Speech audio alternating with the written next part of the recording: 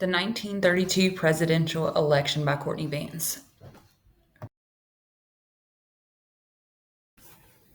Happy Days Are Here Again was the slogan that was used in the 1932 presidential election.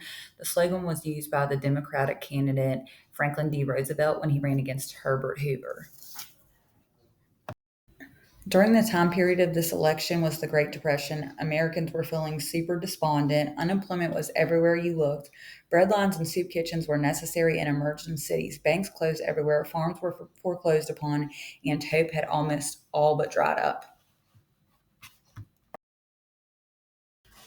Hoover was the president when the world fell into the Great Depression. He was extremely unpopular. No one expected that he could overcome his role in the tragedy to be reelected. Hoover bills popped up in cities, sandy towns built by the jobless and destitute. Newspapers used for warmth became known as Hoover blankets. Pockets turned inside out were called Hoover flags. Someone was going to be blamed, and the American people saw Hoover as the one responsible for their hard times. Voters knew that they had a chance to go with the old ways that didn't seem to be working or strike out on a new path.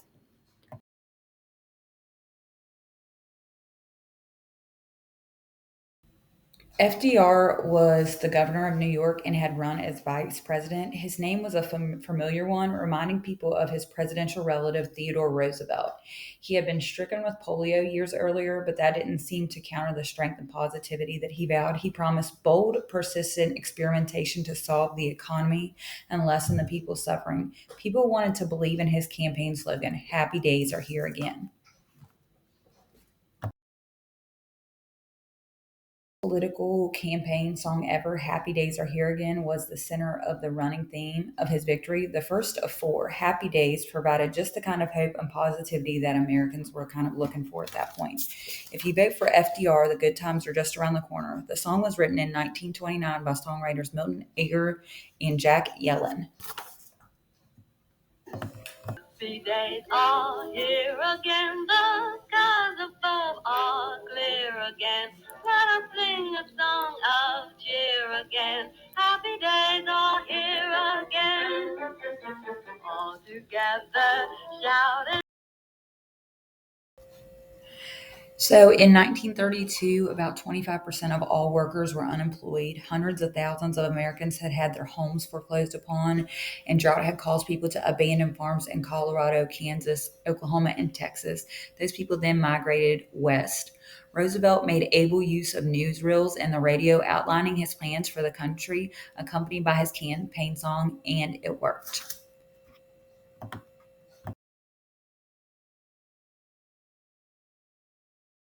Shows how his campaign used the position to fundraise for his campaign. Voters were asked to support the cause by sending in $1 to the Democratic National Campaign headquarters with the tear off portion of the poster. The money sent in paid off for those voters who were in support of its repeal. Almost immediately after his inauguration, Congress passed the 21st Amendment, which then ended prohibition.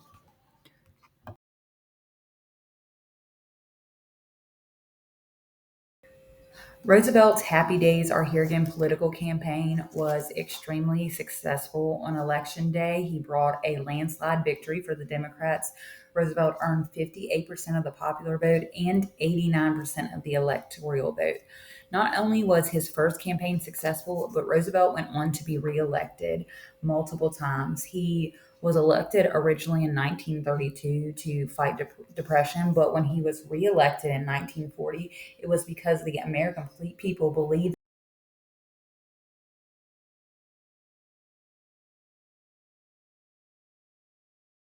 FDR and how he was so successful in his multiple political campaigns. He helped to reshape the American presidency.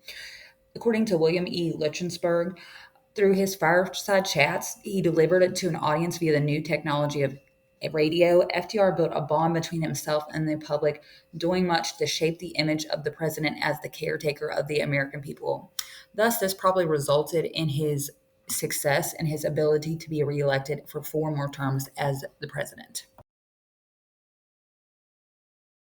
And here are my references. I referenced 1932, FDR's first presidential campaign, see how they ran. I accessed this on October 1st, 2023.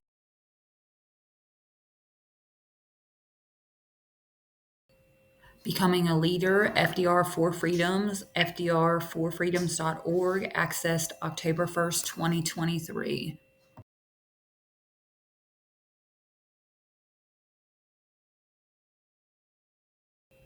Franklin D. Roosevelt Campaigns and Elections from the Miller Center by William E. Lichtenberg, accessed October 2nd, 2023. The Great Depression, Hoover's Last Stand from U.S. History, accessed October 2nd, 2023. Happy Days Are Here Again, The Institute of World Politics by John Tierney Jr., access October 1st, 2023.